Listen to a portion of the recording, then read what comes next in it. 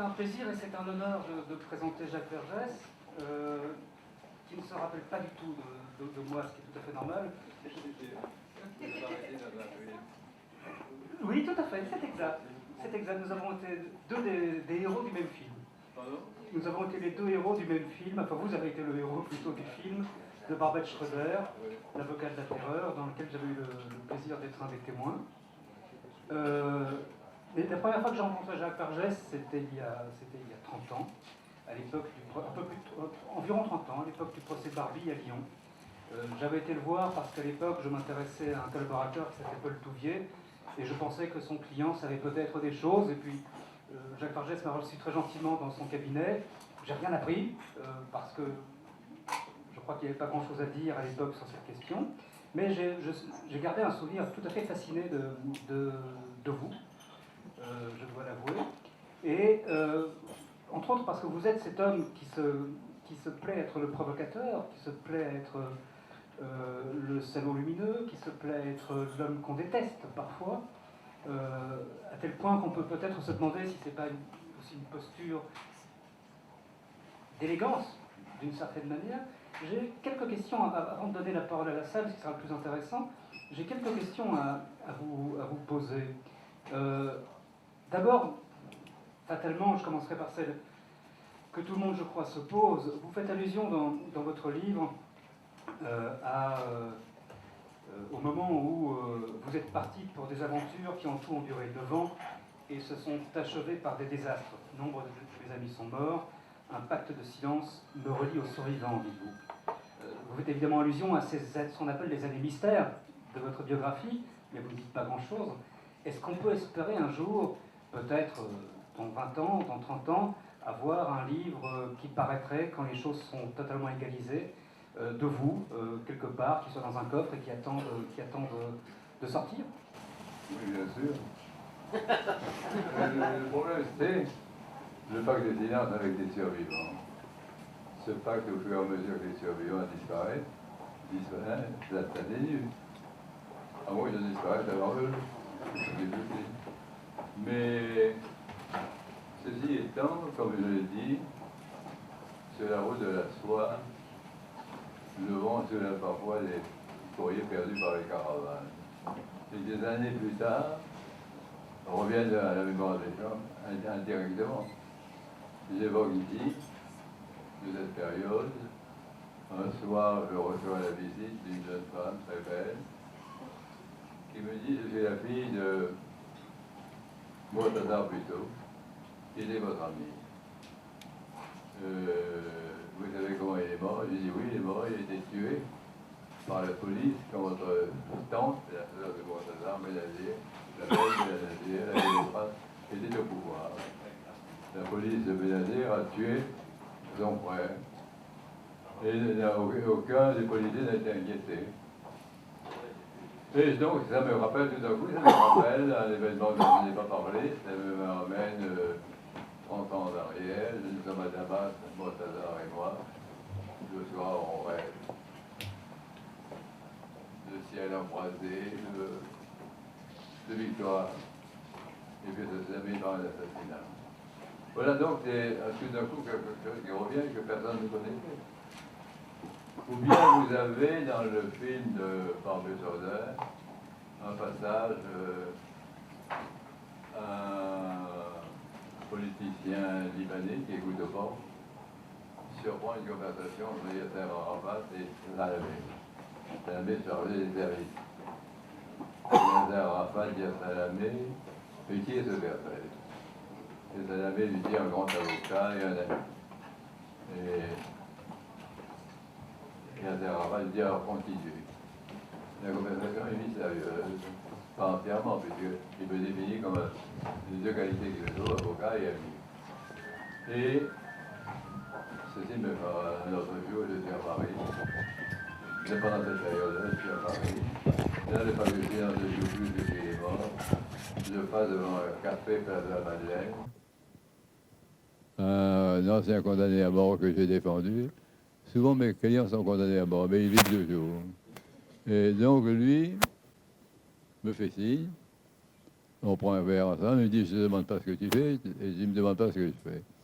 Je lui dis, c'est la meilleure règle.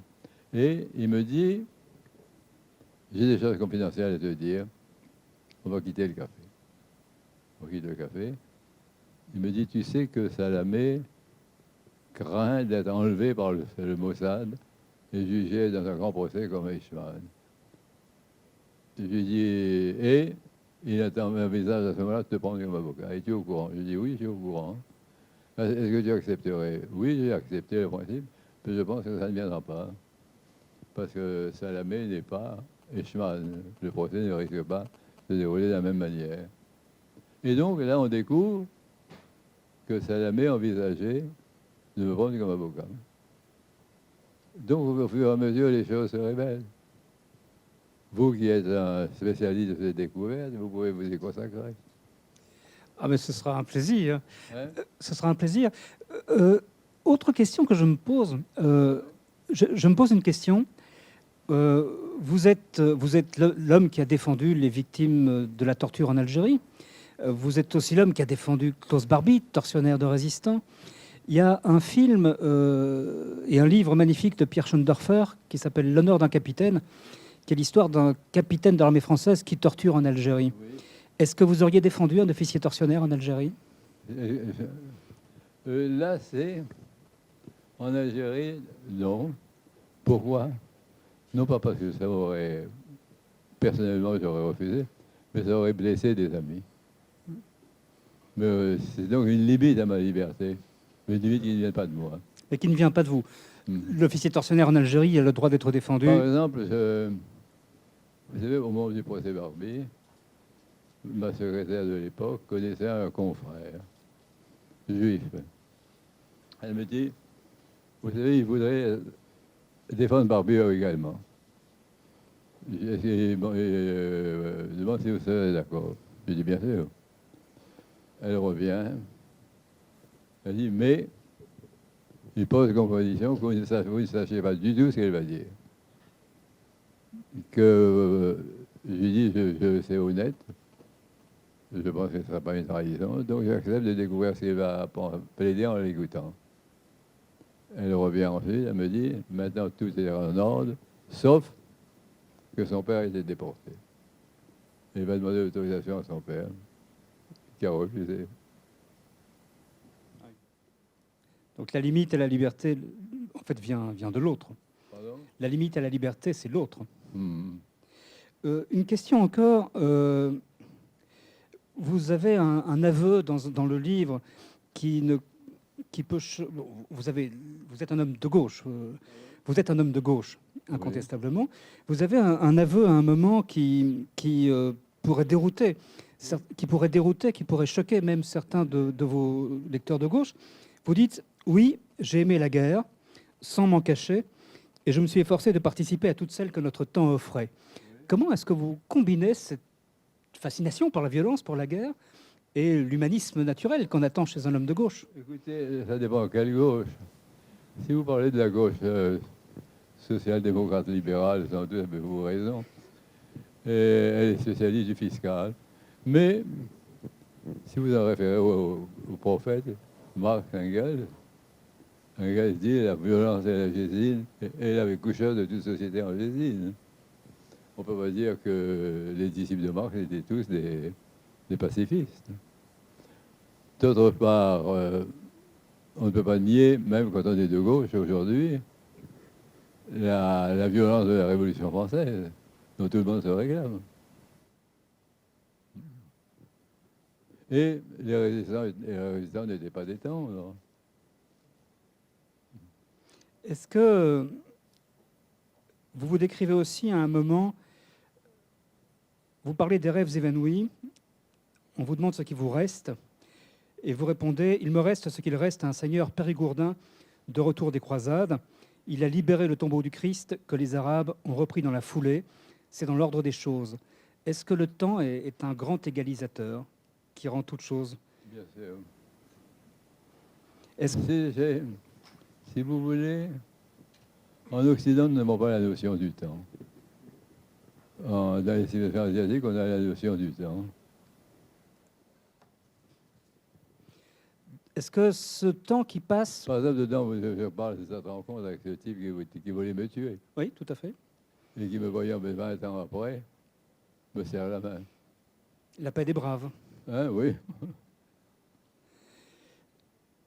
Vous êtes l'homme qui peut défendre tout le monde, et tout le monde a le droit d'être défendu. Ce ne sont pas les avocats qui sont dans la salle qui vont me contredire. Mais on a l'impression que, en fait, vous êtes aussi un homme moral. Vous êtes aussi un homme moral. Et d'un côté, il y a la justice, de l'autre, il y a la morale. Vous parlez à un moment de cette femme qui tue ses enfants, l'infanticide, qui finit par se suicider. Et vous dites, comment aurait-elle pu survivre? Elle les a rejointes. En quoi elle a bien fait? Nous restons avec notre peine. Ceci aussi est bien. Est-ce que... comment concilier la justice et la morale? Est-ce que c'est la même chose ou est-ce que ce sont des registres différents? Moi, je pense que c'est le problème essentiel que vous posez. La justice et la morale, quelqu'un l'a illustré de manière très, très forte, c'est le procureur Pinard, qui a requis qu'on sait faire du mal, demandant l'interdiction de certains poèmes de Baudelaire. Pinard disait « Je ne sommes des sentinelles à la frontière du bien ». À mon avis, c'est une conception délirante. Nous avons, je crois qu'on a beaucoup de monde, on s'est toujours trompé sur le sens de la justice.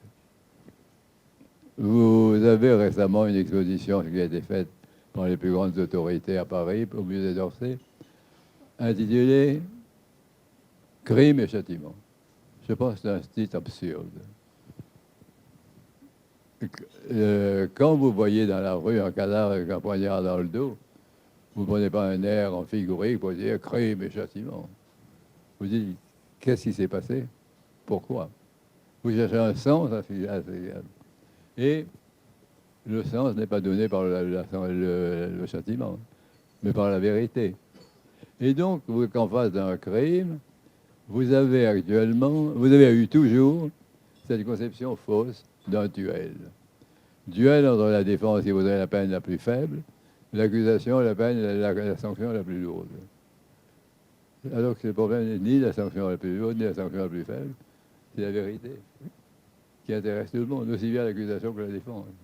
Et, pour citer des auteurs, pas seulement Marx et Engels, mais également Saint François d'Assise, Saint François d'Assise disait « Le beau est la splendeur du vrai ». Et je pense que dans un procès, ce qui est intéressant, c'est la vérité. Parce que le procès nous pose un problème. C'est une infraction. C'est une remise en cause de l'ordre public. Et quel est le sens, quel est l'avenir de cette infraction? Quel est le sens de cette infraction pour nous tous? Et là, c'est la vérité. C'est pourquoi ça a eu lieu. C'est cette vérité qui est importante. Quand j'ai été avocat stagiaire, j'étais souvent commis pour défendre des jeunes femmes qui s'étaient fait avorter. C'était des procès d'une très grande tristesse. Des étudiantes en général qui mortes de honte. Elles s'étaient fait avorter parce qu'elles avaient gardé l'enfant. Elles n'ont pas pu continuer leurs études. Mortes de honte. Assises, comme elle disait, sur le banc de la famille, à côté de celle qu'on appelait la faiseuse d'ange, et affolée à l'idée qu'un journaliste indiscret puisse citer leur nom dans un compte rendu. Elles étaient condamnées. Certaines devaient abandonner certaines études quand on a une condamnation. Aujourd'hui, leur fille qui est dans la même situation voit son avortement remboursé par la sécurité sociale. Le monde a changé. Et ici, en plus, je vous dirais, souvent on dit le crime c'est le nom juridique, technique pour l'infraction. Le crime est une preuve de bestialité, ce n'est pas vrai. C'est une preuve d'hominisation. Il n'y a pas de crime chez les animaux. Les animaux respectent leur loi qui est la nationale. Vous n'avez jamais entendu parler de moutons remettant en cause l'ordre du monde. Vous n'avez jamais entendu parler de révolution dans une ruche avec la reine renversée et la République proclamée. C'est seulement chez les êtres humains que vous avez en permanence des fabrications de lois et en permanence leur violation. Et donc, ceci nous pose la question, à quoi cela rime, et quel est le sens de ces changements. Et le procès de cette recherche. Et cette recherche est positive et c'est un besoin. Certains disent que l'avocat peut mentir. On a le droit de mentir d'ailleurs. Le procureur aussi ne manque pas de mentir. Mais à mon avis, c'est quelque chose de dérisoire. Ce qui est beau, c'est la vérité. Et vous avez, puisque nous sommes en Belgique, je voudrais citer un auteur belge, Simenon. Dans Lettre à mon juge, vous vous rappelez, un homme a tué sa femme, c'est le docteur à la voile. Cette femme qui l'aimait, il a été condamné, il ne s'en plaint pas. Ce dont il se plaint, c'est de n'avoir pas pu expliquer. Et il dit, d'une manière très simple, comment expliquer entre deux portes qu'on a tué la femme qu'on aimait. Et alors, il voudrait quand même que quelqu'un sache pourquoi il l'a fait, et il écrit au juge. Et la lettre partie, il se suicide. Il avait besoin de le dire.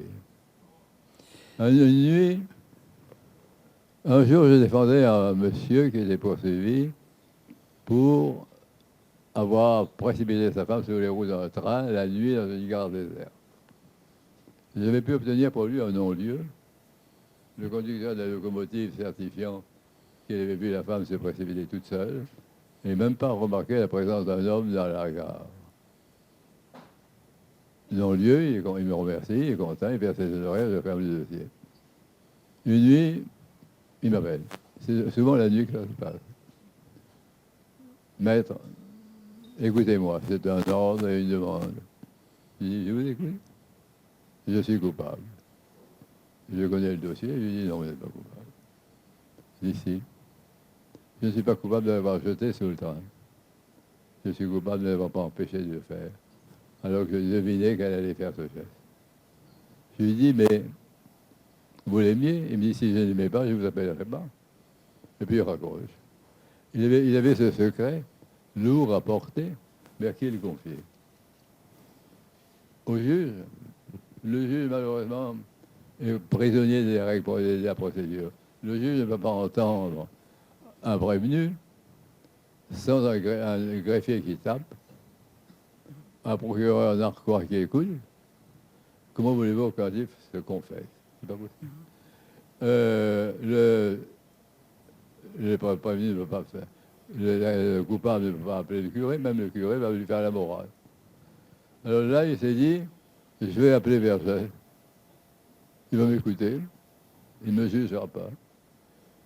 Je perdrai le sommeil, mais lui aussi en même temps. Voilà donc ce que j'ai à le dire. Et vous avez, à ce moment-là, cet aveu, l'accusé en a besoin. Et ce seul qui puisse l'aider sur cette route, c'est l'avocat. Parce que les procès se déroulent avec un système d'interrogatoire pernicieux. C'est ce que j'appelle le système binaire. Savez-vous quand vous vous trompez? Savez-vous quand le compte était à découvert? Avez-vous eu des mots comme voisin? Oui, mais enfin, ça ne résulte pas un homme. Seul l'avocat, s'il aime ça, peut se rendre au parloir de la prison, un lieu ignoble, qui sent la sueur, la crasse, parfois même l'urine, et parler avec son client. Mais il parle avec son client, non pas seulement du dossier. Le client, c'est un acte complet. Il parle d'amour, de voyage, de littérature. Et il apprend à le connaître. Et là, le prisonnier accouche. Il a sa vérité, il va la dire. Mais vous n'imaginez pas un juge convoquant un malfrat pour lui demander « Aimez-vous Brahms ?» Mais tout le monde dit « Mais ce juge est complètement fou, il faut l'enfermer. » Bon. Et donc c'est l'avocat qui peut aider et cette vérité, contrairement à ce qu'on croit, ne nuit pas à l'accusé. Parce que un crime, c'est quelque chose qui nous fait peur. C'est énigmatique. Quand l'accusé explique comment il est arrivé à commettre cet acte, il l'humanise puisque c'est bien un acte humain. Et le problème, donc, je vois un procès très, très grand au Moyen-Âge, c'est le procès de Gilles de Rais. Gilles de Rais, maréchal de France, magnifique soldat, compagnon de Jeanne d'Arc, mais aussi affreux pédophile, auteur de dizaines de meurtres d'enfants, et poursuivi dans le tribunal ecclésiastique. Une foule est venue le huer, et elle ne manque pas de le faire. Mais Gilles de Rais a décidé d'avouer tout. Et il avoue. Et il fait son procès dans un acte de contrition que la foule va l'accompagner ensuite jusqu'au gibet en chantant des cantiques. Et lui-même, au gibet, va exiger d'être pendu le premier. Si bien donc que nous avons deux images de Gilles de Rais qui ne sont pas contradictoires. Celle de Barbe Bleue et celle de l'opéra du jeune prince Barbe Bleue, ou disons le jeune prince mélancolique. Et donc, nous avons la vérité et sert l'accusé. Je prends un autre exemple beaucoup plus banal. Là, vous me direz, il y a des maréchaux, il y a... Je prends le cas de Madame Chevalier. Madame Chevalier était une infirmière qui avait comme amant un étudiant en médecine, Monsieur Chevalier. Elle l'aide dans ses études, il les réussit, il l'épouse selon la promesse qu'il lui a faite. L'enfant s'est occupé, ils font de la résistance, et à la Libération, il est ministre. Mais M. Chevalier a une âme médiocre.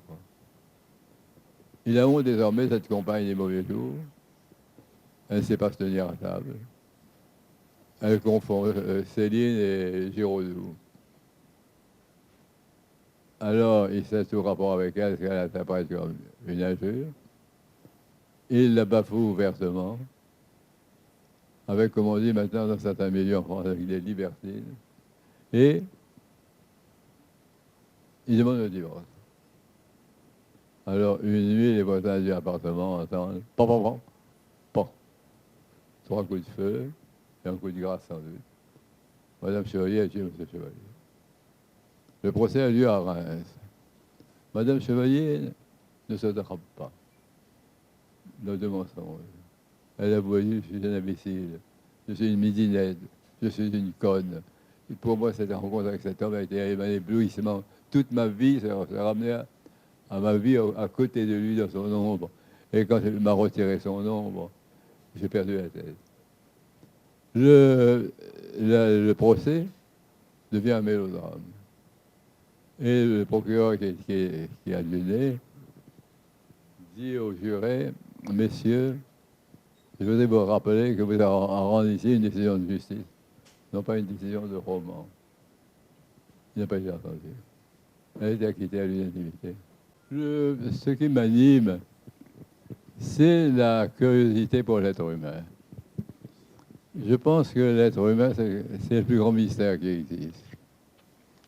Le voyage dans les espaces, la science, tout ça, c'est rien à côté d'un être humain. Tout ce qu'il y a dans un être humain est extraordinaire. Et notre profession nous fait vivre en partie ces vies différentes. On accompagne Arsène Lupin dans sa course au trésor. On accompagne Barbie dans sa marche vers la mort. On accompagne César Birotteau quand il va déposer le bilan de sa société. Et ce qu'il y a de plus étrange encore, puisque vous parlez d'Omar qui est innocent et de Barbie qui est coupable, c'est le coupable. Qu'est-ce qu'il y a dans le coupable? Ce type nous ressemble. Il a 2 yeux, 2 mains, un sexe, un cœur. Quand on lui parle, les mots ont le même sens dans sa bouche que dans la nôtre. Et c'est lui qui nous intrigue. Et d'ailleurs, il nous intrigue tellement que ce n'est pas moi seulement. Mais quand un romancier écrit l'histoire d'un crime, le titre qu'il donne, c'est le nom de l'assassin, non pas le nom de la victime. Et on dira Thérèse d'Esquerroux, qui a voulu empoisonner son mari, et non pas Monsieur d'Esquerroux. On dira Othello, on ne dira pas Desdémone. Parce que c'est le coupable qui nous pose des questions sur nous-mêmes. Comment peut-on faire une chose pareille? Et or, nous constatons que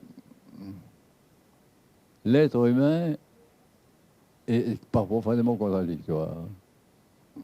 C'est Nietzsche qui disait « Notre monde moral est comme la Terre, il a aussi ses antipodes. » Et nous avons un assassin peut avoir un jardin secret dans son cœur et un saint élever des vipères dans le sien. Tous les deux sont très différents. Et vous avez par exemple, je dis dans le cœur d'un homme, il fait à la fois jour et nuit. Vous avez des phrases qui sont atroces. Vous avez par exemple le directeur d'Auschwitz qui disait, quand j'ai appris qu'on allait utiliser le gaz, j'ai été heureux. Et pourquoi était-il heureux? Les déportés souffriraient moins. C'est quelque chose d'hallucinant.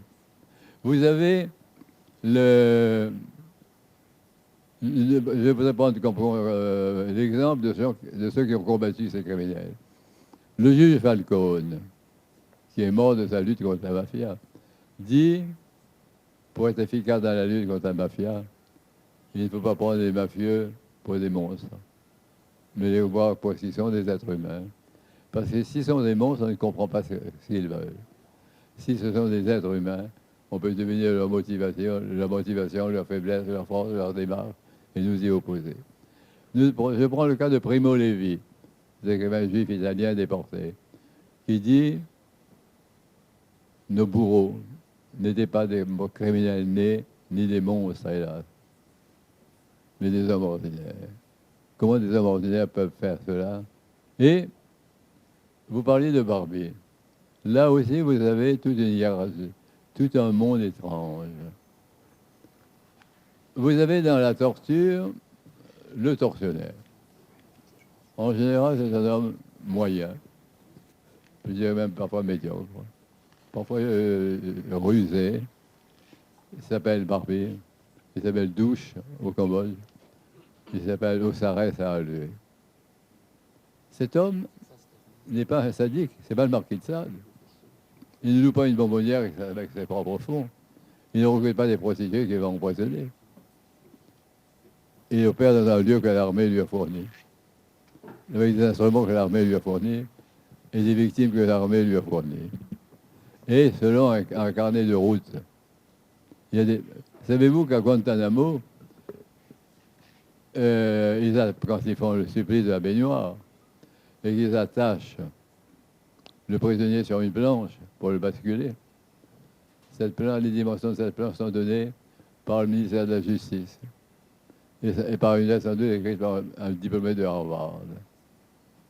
Le monsieur Osarès écrivait, qui torturait en Algérie, je rendais compte tous les matins au général Massu, à M. Lacoste, ministre résident, et au ministre de la Justice, M. Mitterrand.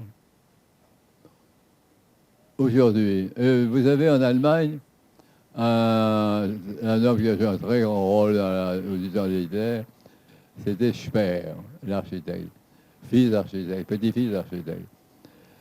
Quand il était responsable du ministère de l'Armement, il a fait des prodiges. La production allemande d'armement a augmenté malgré les bombardements.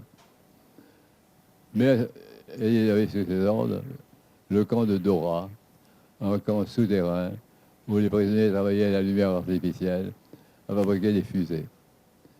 Et 75 000 déportés, la moitié sont morts de privation. C'était un cercle de l'enfer, dit Speer à une journaliste. Speer, sous les ordres de...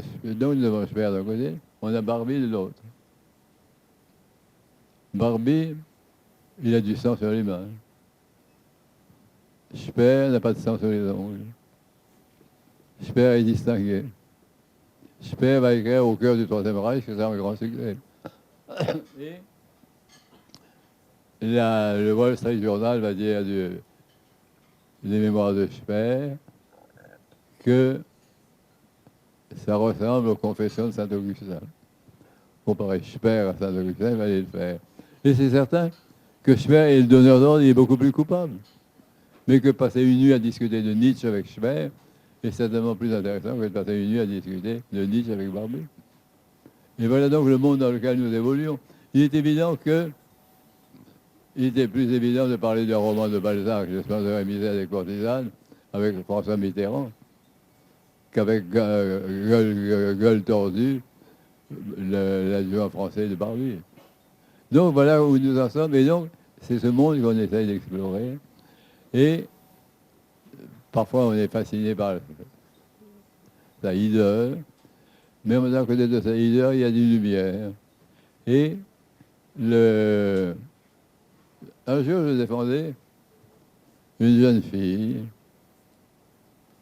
qui, à l'âge de 17 ans ou 18 ans, était devenue, je ne pense même pas la première maîtresse, mais le flirt d'un jeune soldat allemand du même âge. Pour éviter qu'elle soit tendue, puisque c'était ce qu'on faisait à la Libération, le père l'a enfermée. Et puis le père est mort, et le frère a continué à garder sa sœur enfermée, mais avec l'accord de la sœur. Mais alors les langues ont parlé, les gens parlaient d'inceste, de violence. Et finalement, le GIGN est arrivé pour arrêter tout ce beau monde. Et ils ont été envoyés d'abord à l'hôpital. Et là, j'ai pu voir cette jeune femme qui, à ce régime où il y avait un manque d'exercice, a été énorme. Et j'ai parlé avec elle. Elle n'avait subi aucune violence. Et qu'est-ce qu'elle faisait? Elle vivait dans l'attente du retour de son fiancé d'Israël. On avait quitté un roman paysan pour une pièce de Metterling, pour Péléas et Mélisande. Elle attendait le retour du jeune Allemand. Bon. Et on pensait au père, et s'il revient un jour, que faut-il lui dire? Dites-lui qu'on l'attendait jusqu'à son mourir. Donc vous avez ces choses étranges qui se déroulent tout le temps dans la vie. Et c'est ce qui fait que quand on se livre à cette passion, on éprouve un très grand bonheur. C'est Nietzsche qui disait dans Le Gai Savoir, l'homme qui vivrait la vie de tous les hommes comme la sienne propre, celui-là connaîtra un bonheur divin. Je ne vous dis pas que le bonheur que je connais est divin, c'est un péché d'orgueil qu'on me reprocherait, mais c'est un très grand bonheur. Quand je me suis inscrit au barreau, je n'avais pas de vocation pour être avocat. J'ai commencé par faire des études d'histoire et de langues orientales. J'ai une licence d'enseignement. Mais devenir fonctionnaire me disait pas grand-chose. Et à un moment, donc, je me suis dit, il faut prendre un métier. J'avais commencé des études de droit, je les ai terminées. J'ai un métier pour qui j'avais aucune prévention, contre qui aucune prévention, mais aucun appétit non plus. J'ai dit, c'est un métier honnête. Et j'ai prêté serment, et quand au bout de 3 mois, j'ai été commis pour défendre un jeune malfrat, assis comme ça, j'ai compris que cet homme, je me suis dit, ce type, c'est moi. Et j'ai compris que c'était ma vocation.